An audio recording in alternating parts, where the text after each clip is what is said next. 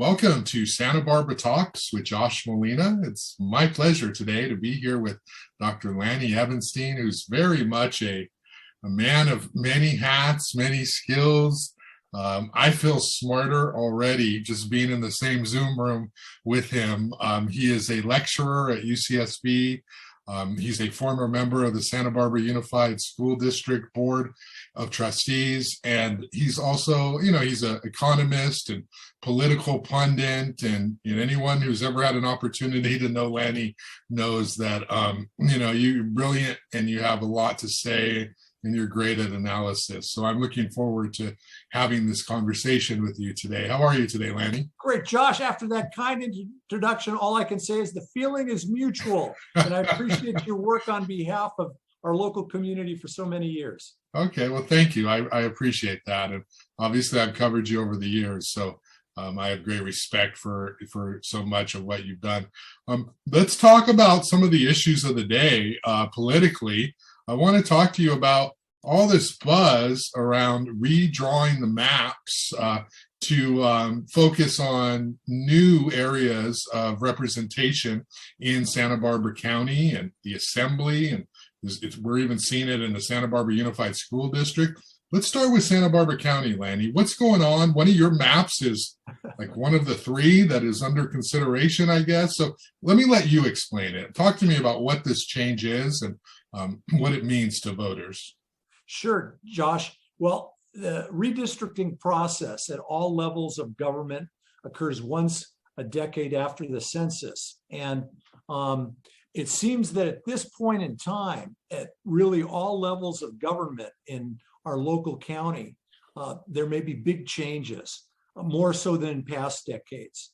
And particularly in Santa Barbara County, as a result of a initiative that was placed on the ballot, or rather a measure that was placed on the ballot by Supervisor Doss Williams, the county voters supported a proposal to create an independent citizens redistricting commission that's met over the past year throughout the county. They've had more than 30 meetings, and they're now down to their final meeting tomorrow, Saturday morning at 10 a.m., December 4th. And they started out with more than 100 maps, and 3 are left. Okay. And the numbers are technical, and everyone loses track, and there have been so many variations. But just to identify them, they're 818C, 821C, and 822C. And as you indicate, I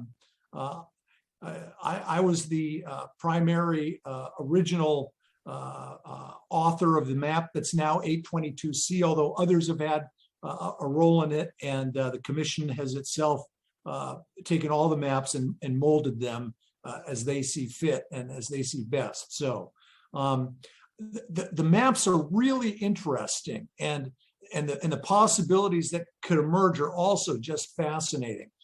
Under map 818C, which was really introduced on Wednesday night for the first time, there would be a supervisorial district, the third district. What to do with the third district is always the question. Yeah. And the proposal would be that Isla Vista, the San Ynez Valley, and Orcutt would be in the same supervisorial district. It would go all the way to the north of Santa Barbara. It would take in Sisquoc, that area too, that's to the east of the city of Santa Maria. And that you would have a north to south district. It would basically be Orcutt, the San Ynez Valley, and Isla Vista. Wow. The individuals who draw maps aren't supposed to take into account political considerations, and that's a good thing. But what I would note is that this map could change the balance of power on the Board of Supervisors, because the Orcutt, San Ynez Valley area, based on analysis from the 2020 census, not 2020 census, 2020 voting in the supervisorial districts, indicates that both Bob Nelson from Orcutt, Joan Hartman from the San Ynez Valley would be in that district, and that Bob Nelson would probably prevail in a race in that new district, shifting the balance of power on the Board of Supervisors. So that's one of the plans, and that's really gotten a fair amount of interest just in the past few days. So that would become a primarily North County seat, but with Isla Vista in it. So it would be, and again, from my standpoint, one of the real problems of this past redistricting in 2010 was putting Guadalupe in particular, but other parts of North County as well, in the 3rd district. And to put, IV and Orcutt together, I tell people I first lived in Isla Vista in 1961 when my dad came here to teach. When I was a toddler, when I was 2 years old. And I've watched that community a long time. And I don't think of it as having a strong community of interest with Orcutt. I just don't. And the notion of IV UCSB having a supervisor from Orcutt, I would find that to be a really unusual outcome of the districting process. And so much of that 3rd district is swung by the effort to get the vote out in Isla Vista for that supervisor. We would see that effort really severely diminished, right? Because Isla Vista and that turnout probably would not swing everything away from the North County votes. So would we see, would Isla Vista become less important under this map or more important? Yeah, I think so too. And again, I'm a supporter of Isla Vista cityhood in terms of, I think Ivy should be a city as the other urban areas in Santa Barbara County. And I see this as a diminishment. I would see this as a diminishment of Isla Vista. And my feeling is that, it doesn't respect the natural community of interest, which again, from my perspective is the Santa Barbara area in terms of, it seems to me that Isla Vista and UCSB have much more in common with Santa Barbara as far as where people live, where they work, where they're going to live after they graduate from UCSB. There's several thousand students from City College who live in Isla Vista. Many students transfer from City College to UCSB. So that to me seems to be a much more natural district for Isla Vista and UCSB. So that's one map. Tell me about the other two. Right? Okay, all right. Map 821C is another map that has kind of come up through the process. And it would have, again, big changes in the county in terms of the 3rd, and again, in the 3rd district in particular. That affects others too, but that's where the primary changes would be. In 821C, you'd have Isla Vista, UCSB, about half of the Elwood area. You can't, the population is now shifted up to North County to an extent that you just can't have, like it's been the past decade, all of Elwood and Ivy and UCSB in terms of you'd have to kind of skirt Isla Vista, UCSB around the edge of Elwood in part, and then connect it with northern Santa Barbara County, which I in general oppose in terms of, I think that's gerrymandering, and I'm against gerrymandering, whether it's done by Democrats or whether it's done by Republicans. It's not the right way that districting should occur. But in any event, so you have Ivy, UCSB, part of Elwood, and then you'd have not the San Ynez Valley. So once again, at least as currently positioned, Joan Hartman would be districted out in terms of she'd no longer live in the 3rd district. All of Solvang, San Ynez, Buellton, Los Olivos, Ballard, they'd all be become part of the 4th supervisorial district with Orcutt in that permutation. And then the 3rd district would cut around Elwood, it would cut around the San Ynez Valley. It would then pick up all of the city of Lompoc, which is a significant city. It's 46,000 people. It's not a high voter turnout city. It's probably the poorest city in Santa Barbara County in terms of, but then it would also pick up all of the so-called Lompoc Valley area, which is Vandenberg Village, Mission Hills, Vandenberg Space Force Base. And those are areas that together have something like 17,000 people or so that turn out pretty significantly, so that you'd have really a quite disproportionate share of the district who would be in the Lompoc, Vandenberg areas. And, would that mean that the next supervisor would be from Lompoc or Vandenberg areas? And what would that person's political ideology be? Well, historically, the Lompoc area has tended to elect conservative supervisors. Would that continue in the future? That's a good question, but it's something that I think it's an open question with a district that would no longer have the San Ynez Valley in it, how that district would vote in terms of, again, Goleta, which is also tends to vote liberal, particularly the western end, the parts of it that were in the district in the past supervisorial would, for the most part, not be in the district. So that area too would be removed from the district. So it would be a district with a lot of new, it would be more than, if I don't believe now there's any of the city of Lompoc in the 3rd district. So, that's 46,000 people out of 9. That's more than half the district at least would be new, then additional areas elsewhere. The point is that, it'd be a largely new district. Wow. And so the third map under consideration, is that that's your map? Is that your map 822C? Yeah. Is the one that's the map that I think that would be that I build as a compromise in terms of one of the issues that came up early on, as I said, was that there was a real strong feeling that Guadalupe in particular should be in the North County supervisorial district, and there's been strong support at the hearings for having Guadalupe be in the 5th district with Santa Maria, to which it's closest, which would also mean that each supervisorial district could have coastal territory and coastal access, which people have thought is important. And because elsewise the 5th district has not historically had that sort of coastal access. Well, that means the 5th district has grown the most of any district anyway, so it's got to lose some of its territory.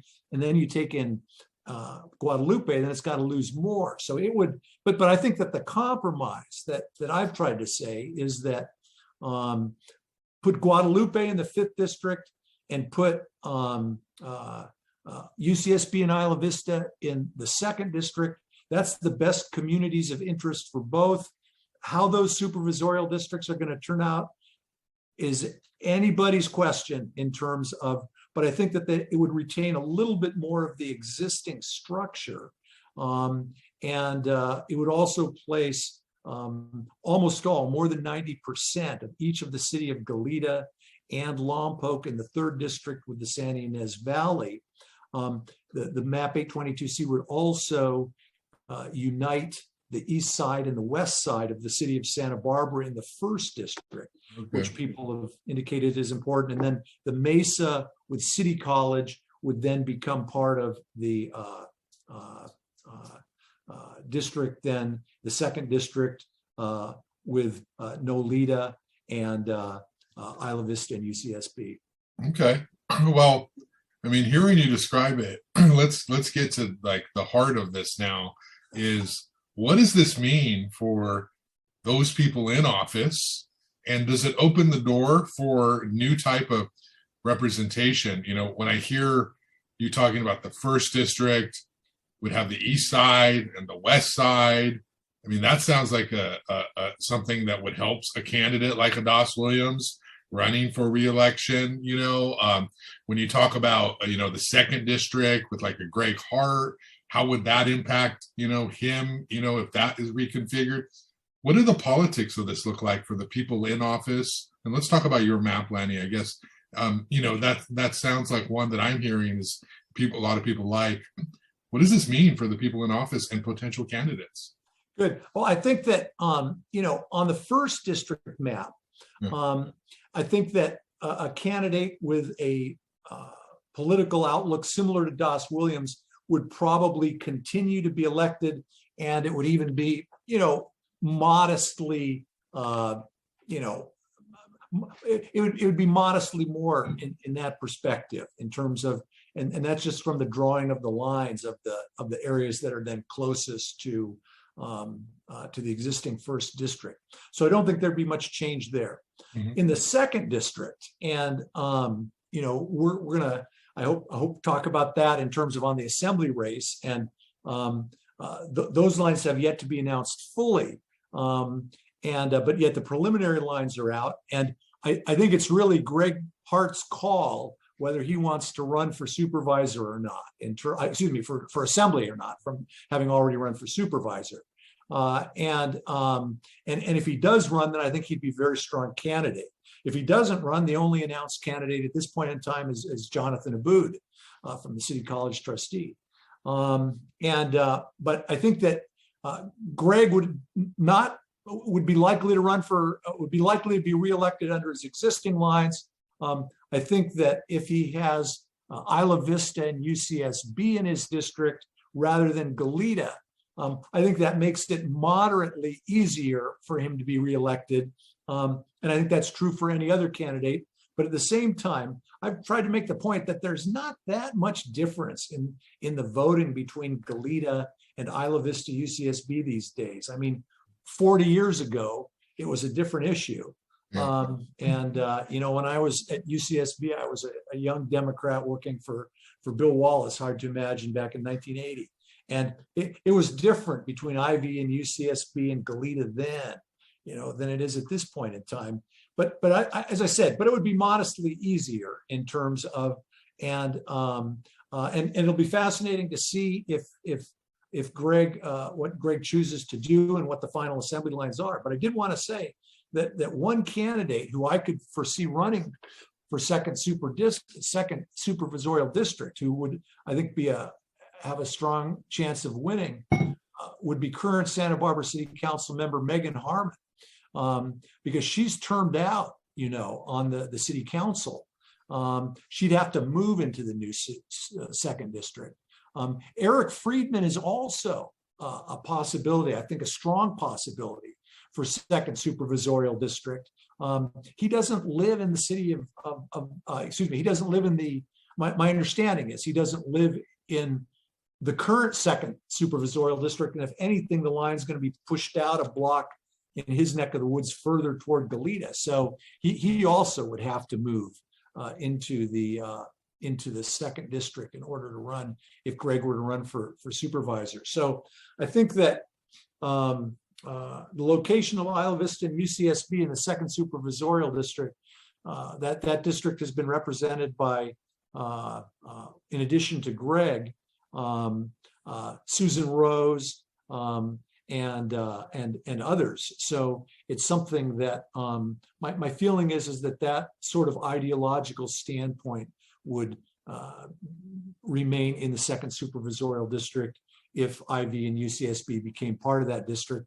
And if anything, that perspective would, I think, become much more important in the county structure, because it would no longer be relegated to third district and North County and the supervisors from somewhere else. And there isn't the sort of interaction where Ivy and UCSB residents could be meeting with their local neighborhood supervisor on a very frequent basis. So I think it would change the internal dynamics of that district, but not so much how it voted. So Gregg Hart is looking good no matter what he chooses here. That's fair, right? I mean, he would get reelected as a supervisor with a new map that would change modestly for him, but he would probably still win. And in an assembly race, he's got to be the most formidable countywide candidate. No offense to Jonathan Abboud or any of the other names that are considering running, but he's looking pretty good, correct, countywide? I think so. In terms of, Gregg was elected to the city council of Santa Barbara, I think 4 times. I think he was elected twice in the 90s. And then again, more recently, he's now been elected to the county board of supervisors. He started out his career as an aide to Jack O'Connell. At one time, he indicated he'd like to run for the state assembly. I was talking to someone who is a friend of his over the weekend who said they thought that this person thought that Gregg's decision would be motivated by where he feels he can make the biggest difference in terms of that would be what would motivate him. Again, it's a big decision to say, I want to move to Sacramento, as opposed to, hey, I'm enjoying being on the Board of Supervisors. And, Gregg's a long time. He grew up in Santa Barbara. He went to UCSB. He's lived in this area a long time. So it's something that, but I do think that if he were to run, he would be the strongest candidate. And shed a little bit of light for me on Meagan Harmon and what you said there.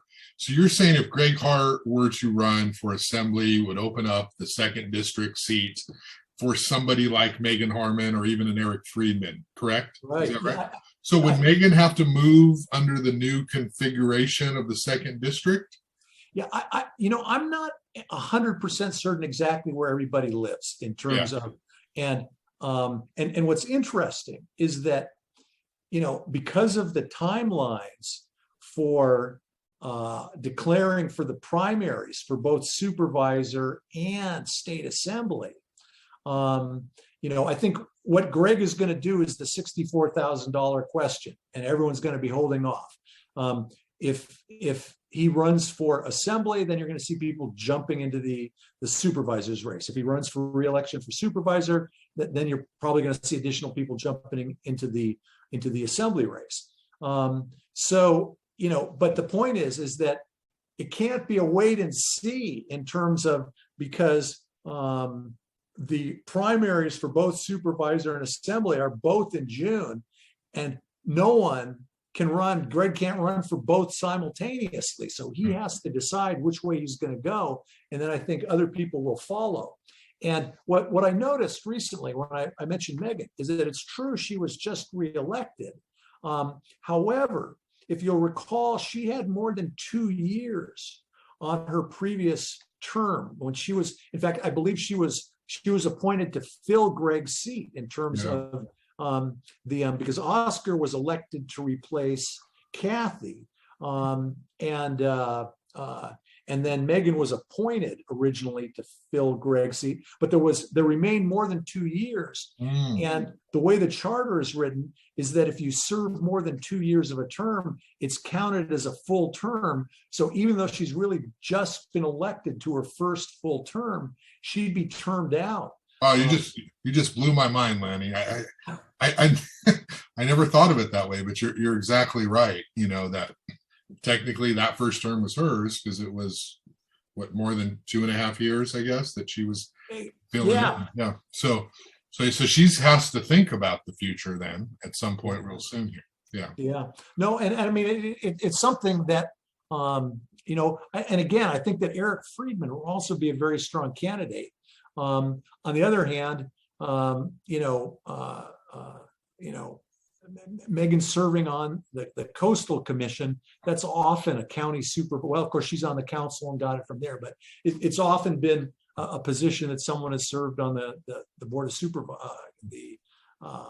the County Board of Supervisors from. So I think that they would certainly be two leading candidates for that second supervisorial seat. And and who knows, they might both run in terms of that's within the realm of possibility. And then if either one of them were elected, there'd have to be a special election to fill their seat in the city of Santa Barbara, because that was also part of the ordinance, the amendment after district elections were implemented, was the clarifying the terms for the two terms, but then also saying that seats in districts would then be filled by special election rather than council appointment unless it's in the last year. And that wouldn't be the case for either one. So we actually could see if Gregg decides to run for assembly, then a step up from the Santa Barbara City Council, and then a new election in the Santa Barbara City Council to fill a vacancy on it. So these districting issues are going to have a lot of ramifications. And again, we control our local seats in the county on the Board of Supervisors, but not at the Assembly, State Senate, and congressional level. So it's something that the State Redistricting Commission is going to. They've announced preliminary lines, and they're going to announce further revisions even in the next day or so. And then they're going to announce final lines by the middle of the month. So we'll know soon enough what those final lines are going to be. I think that some people are waiting to announce their candidacies until that time. I'd mention, though, that Jonathan Abboud, in addition to having already announced his candidate, also I know has the endorsement of his fellow trustee, Anna Everett, on the Santa Barbara City College Board of Trustees. So when the final lines are announced and all the candidates make their decisions, we'll see how that race shakes out. But it's something that, at least at this point in time, he's running an active campaign. Yeah, and ultimately, do you see this 3-2 split where the South County has 3 sort of liberal votes and the North County has 2, and most things go 3-2 that are politically controversial? With these 3 maps, do you sort of see that possibly swinging to where the North County constituents have more influence over these close votes? Is that where we're headed here? Yeah, that's a really good question. And it depends, of course, on the circumstances of each individual election and candidate who's running. But I do think that, I remember back, to the 1970s on who ran for supervisor and all that kind of stuff. I remember when Bob Kallman was first elected supervisor in 1974. And at that time, because of the population in the county, Mission Canyon was in the 2nd supervisorial district. Now the second, now the 1st district goes all the way out, to Hope Avenue. So I mean, the point is that, and likewise on the west side, Mason, Nolita, and Goleta, and Isla Vista. The point is there used to be 3 supervisors on the South Coast, and then San Ynez was just sort of a little bit, of the Goleta, Ivy, UCSB district. Whereas now the population in Santa Barbara County has moved more north. There's 2 2/3 by population. There's 2 2/3 supervisors in North County, and there's only 2 1/3 supervisors on South County. And every decade, in another decade, it'll be down to 2.2 on the South Coast, or who knows what, something like that. So the days of 3 South Coast supervisors are over in Santa Barbara County. And I think it's just better to acknowledge that and move on rather than try to gerrymander lines and create false communities of interest. Now, in terms of what that means for the vote in Santa Barbara County is, I think, a very different question, because as Guadalupe is moved into the 5th supervisorial district, and some of southern Santa Maria is then also moved out of the 5th supervisorial district, that's going to be a more challenging district for a conservative-oriented supervisor. I think Steve Lavagnino could hold it in terms of, but that's a unique situation. He's declined to state. His father was mayor of Santa Maria. The family has been there forever in terms of, but that district in the long run is an open question how it's going to go. Likewise, a district comprised of City of Goleta, San Ynez Valley, and Lompoc, but not the Vandenberg Air Force Base area that tends to be somewhat more conservative and turn out more than the city of Lompoc. In my mind, that's an open question. That would be a seat that is not a sure thing one way or the other. I would think that Joan Hartman would have a better chance in that than under the 818C with Orcutt. And in the other proposal, she's not in the district under at all. So the point is that, so who knows how that would turn out? Yeah. Would Jay Friedman from Isla Vista try to run in a district that's IV and Lompoc? And, he's served on SB, I forget if it's SB CAG or one of the other organizations. But anyway, one of the countywide government official organizations, and he's made an effort to build bridges across the county in terms of, so that's a possibility. The 4th district with Orcutt, that's likely, and again, that central county area, that seems to me that's likely going to continue to be a conservative district. So I think it depends on the individual map. I think ironically, the 818 C is perhaps the map that's most likely to flip the Board of Supervisors. Between 821C and 822C, I would say it is about a wash in terms of you can make an argument either way. But in Joan Hartman's case, she would then either have to move into, in the case of 821C, she'd have to move into the new district, or someone else would have to run from IV or Lompoc. So, and Lompoc tends to be more moderate in terms of if you had, a district that's 2/3 Lompoc and Vandenberg Air Force Base area, and then 1/3 IV, UCSB, and Elwood, are the people from Lompoc and Vandenberg, irrespective of party and ideology, are they going to want to be represented by someone from Isla Vista or Elwood, and the part of it that remains from Elwood? I don't know but my feeling is that would be a hard sell to the 2/3 of the district in that neck of the woods. So, as I said, but yeah, I think that the county lines are changing, and the gerrymandering that's been done, in particular, since there's a lot of criticism of Republican gerrymandering on a national level, which is appropriate. Let's be clear, the 2010 gerrymandering in Santa Barbara County was by the Democrats from a liberal perspective.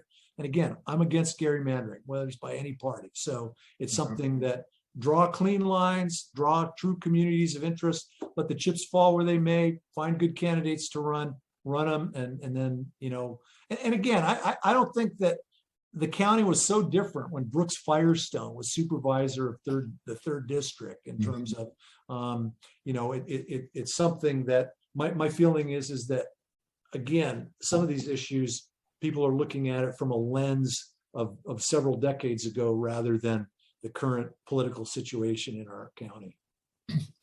Well put, well said. I want to ask you about Santa Barbara Unified School District district elections. So we're seeing from a movement from at-large elections to district elections, and those maps are being drawn, I guess, now as well. You're a former board member, the issues of the school district, past, present, very well. What will district elections mean for representation on the school board? Yeah, it's a really good question, because the Santa Barbara Unified School District is a large district in terms of it goes all the way from Montecito through the edge of Goleta. Only the Santa Barbara Community College District is larger on the South Coast, that also includes Carpinteria. And so, as with many other government agencies, I think there are 20 government agencies in Santa Barbara County that are implementing district elections in 2022. Maybe it's 19, maybe it's 21, but it's about 20. It's within about 1 of 20 of government agencies that are implementing district elections, and one of them is the Santa Barbara Unified School District, and that's countywide in terms of City of Lompoc, school districts throughout the county: Lompoc Unified, Santa Maria Bonita, Santa Maria High School District, San Ynez Valley Union High School District, Goleta School District, Carpinteria School District, City of Carpinteria, and others. In the case of the Santa Barbara Unified School District, the question wasn't so much whether or not they would institute district elections, but whether they would have 5 members on the Board of Education or 7 members. And that was the issue that was brought forward by the advocates of district elections in the case of the Santa Barbara Unified School District. Because as a result of the large size of the school district, if you only have 5 districts, the districts are too large to allow representation from the perspective of the purposes of the California Voting Rights Act. So that, for example, you can create with 7 districts, well, let's put it this way. There's something like 190,000 people in the Santa Barbara Unified School District. And if you have 5 districts, it's 38,000 people per district. And if you have 7 districts, it's 27,000 people per district. And if your smallest district is 38,000, you really can't create a minority citizen voting age population majority district. In terms of the east and the west side, just together don't have enough population. They only have they have about a population of 28,000 or something like that, 29, 30,000. And then you have to go to the Mesa or the Riviera or the Upper East Side or something like that, which then dilutes the vote on the east side and the west side. So that with 5 seats, you could create an east side, west side district, but then it would also have the Mesa or the Upper East Side or the Riviera, and then you would lose that ability for representation.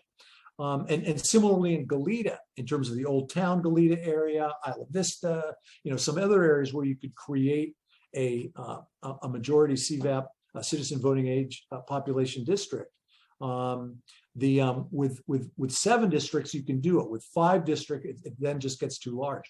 So sure enough, the consultant that the Santa Barbara Unified School District employed did an analysis, and they presented maps with both 5 and 7 districts.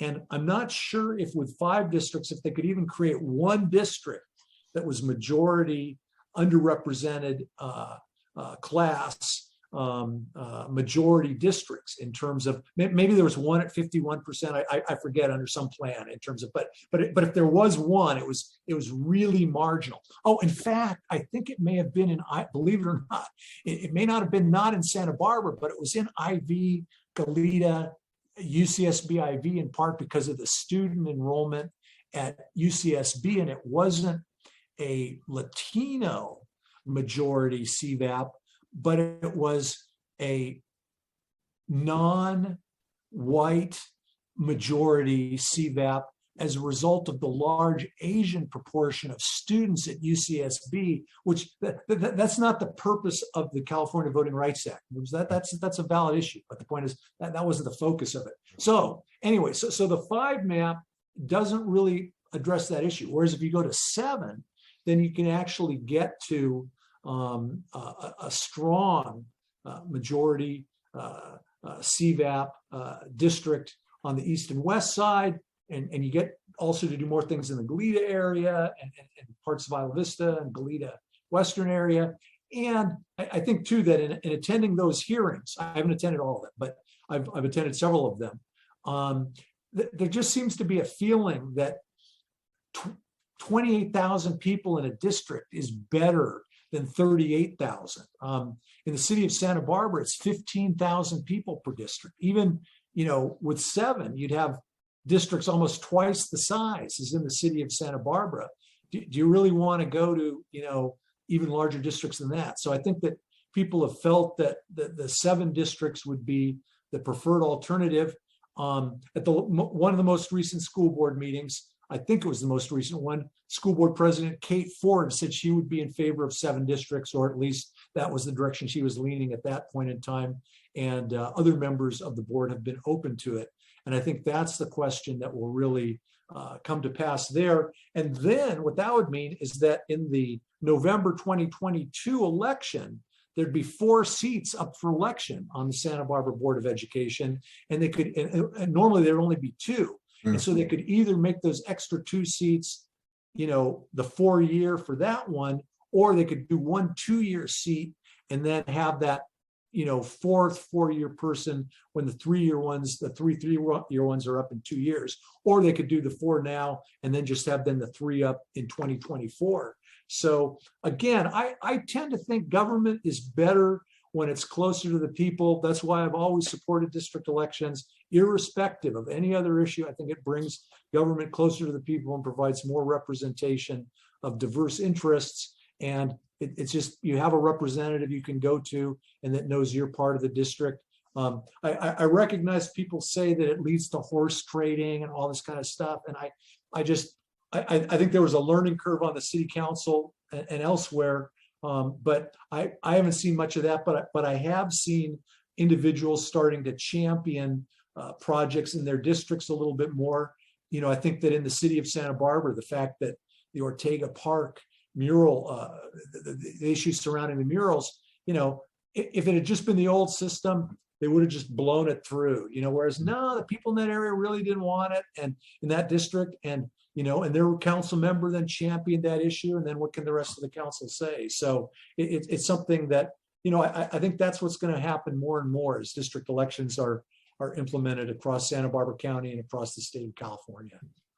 And ultimately, obviously, we talk so much about the politics of all of this, but, really at the core, the reason we care so much is about the quality of education. So I want to ask you about an issue that was an issue when you were on the school board, has been an issue for decades. It's an issue now, the achievement gap. Can you talk for a couple minutes on equity and how do we improve outcomes for underrepresented students, students of color?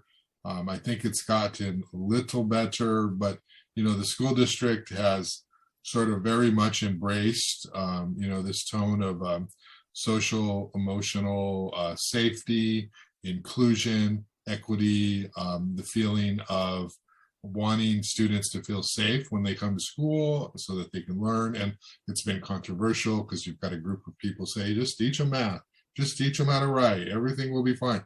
Don't have low standards, And so can I get your thoughts on how do we approach this? Is it bigger than the school district? I mean, I tend to think that, a lot of this happens outside of the schools, it happens so much, at home, it happens in support away from the school district.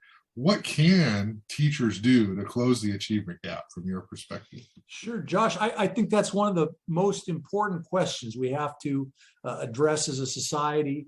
And, I've always felt that who's on the school board is as, if not more important than who's on the city council or the board of supervisors, because those issues are really important.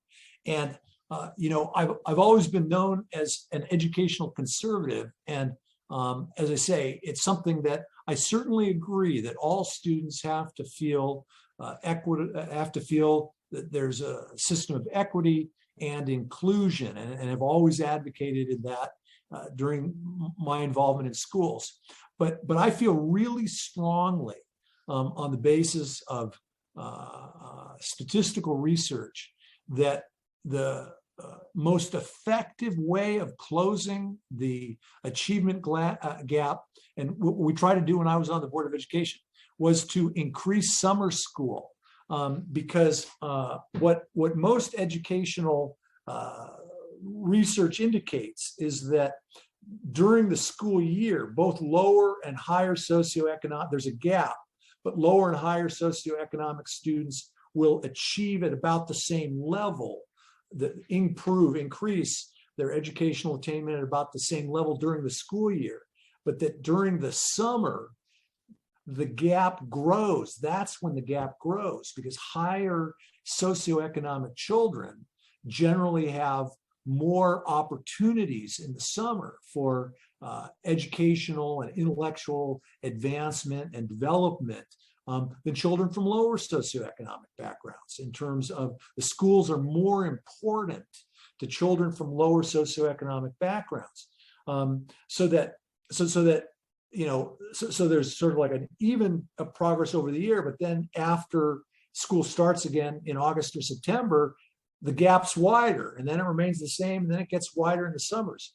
So what what I've always advocated, and it's not just rhetoric in terms of it's reality, and it's something that, I've talked to school board members and administrators and principals about this for years with some success in terms of, but not enough in terms of, we need to get half of lower socioeconomic children in summer school in the Santa Barbara Unified School District.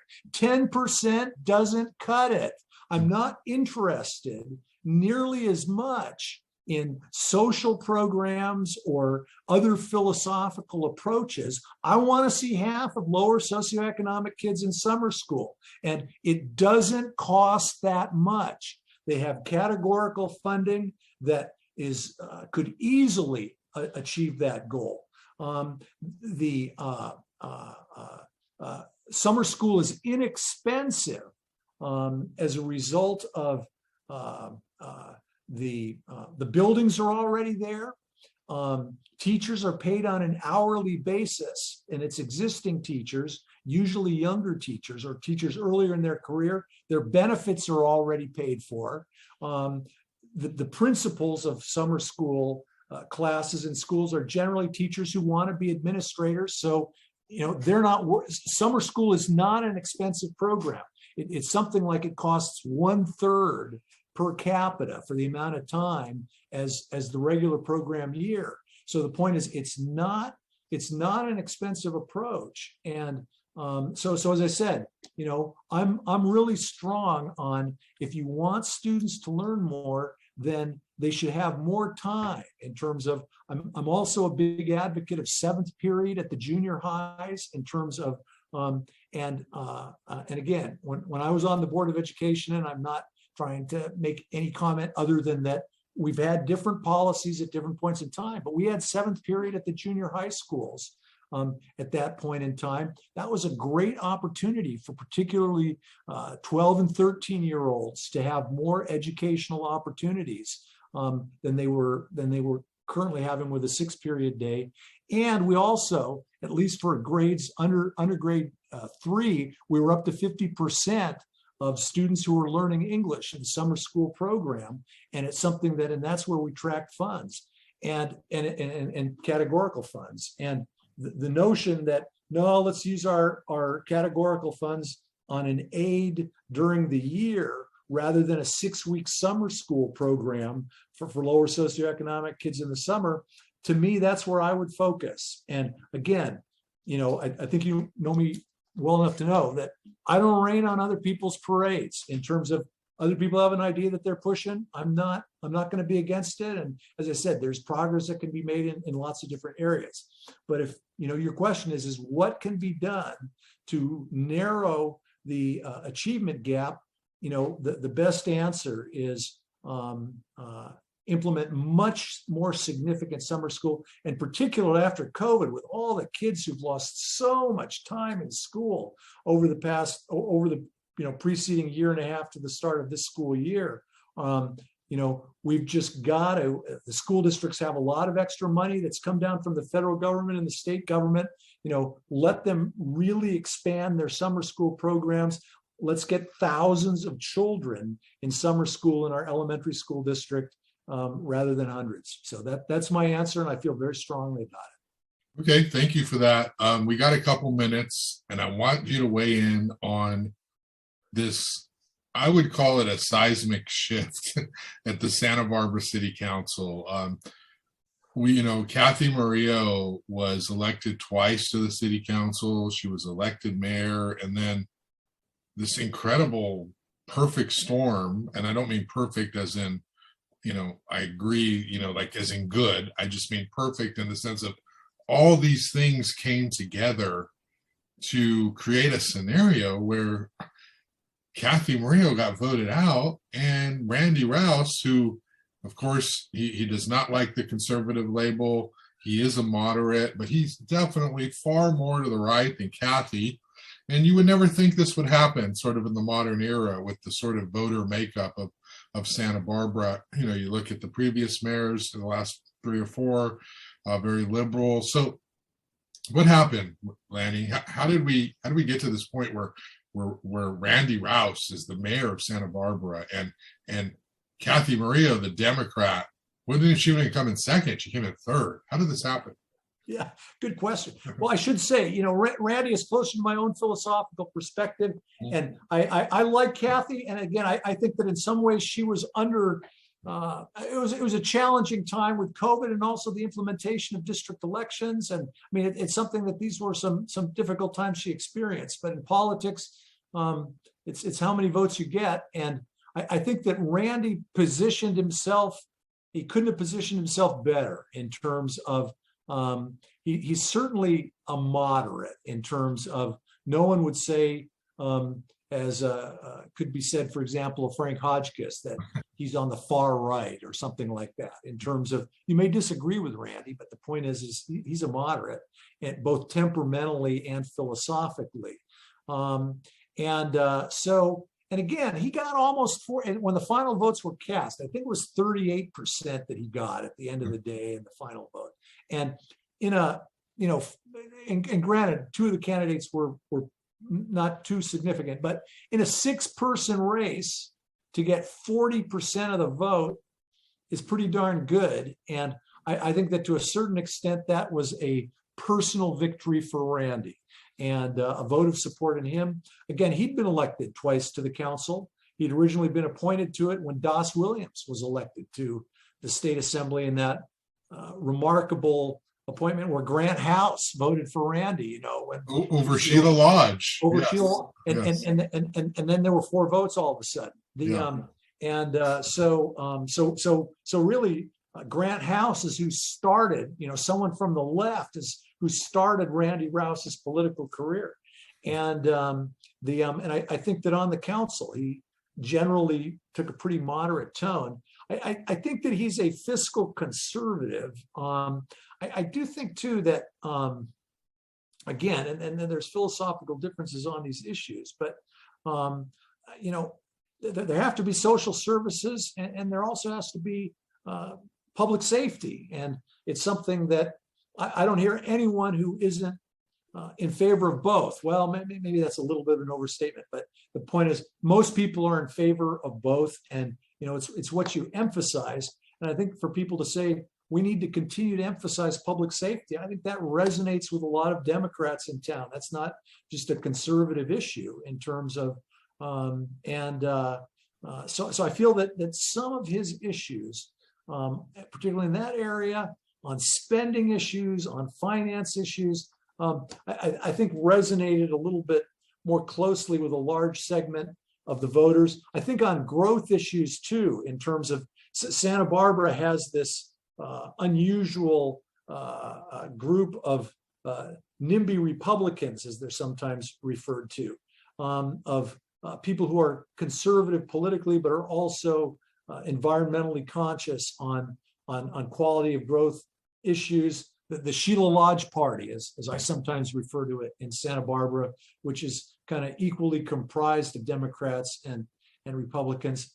And I think Randy appealed to that group of people who, there's a lot of regulations coming down from the state on density and number of floors and all that kind of stuff.